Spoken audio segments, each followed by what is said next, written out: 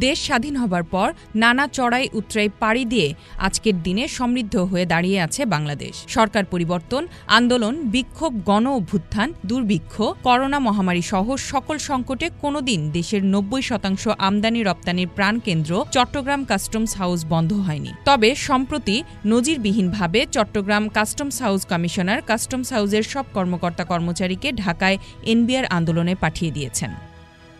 তিনি নিজ কক্ষে বসে থেকে সবকিছু তালা দিয়ে সমস্ত কার্যক্রম বন্ধ করে দিয়ে ইতিহাস সৃষ্টি করেছেন। তার একক সিদ্ধান্তে দেশের অর্থনীতির ব্যাপক ক্ষতিসাধন হয়েছে। সুতরাং কাস্টমস হাউসে তালা দেওয়া এমন একটি অপরাধ যা সরকারি কর্মচারী বিধিমালা অনুযায়ী নাশকতামূলক কর্ম হিসেবে বিবেচিত।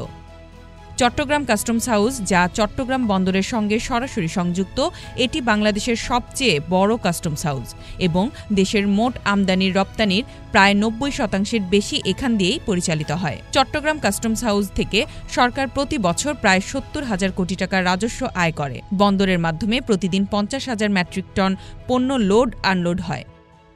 জনগণের উপর সরাসরি প্রভাব পড়ে এমন সিদ্ধান্ত স্বাধীনতার পর কোনো সরকার এ ধরনের সিদ্ধান্ত না নিলেও এক কাস্টমস কমিশনার তা করার সাহস দেখিয়েছেন। তার এই ঔদ্ধত্য শাস্তিযোগ্য অপরাধ বলে মনে করছেন সংশ্লিষ্টরা। Z news, Dhaka.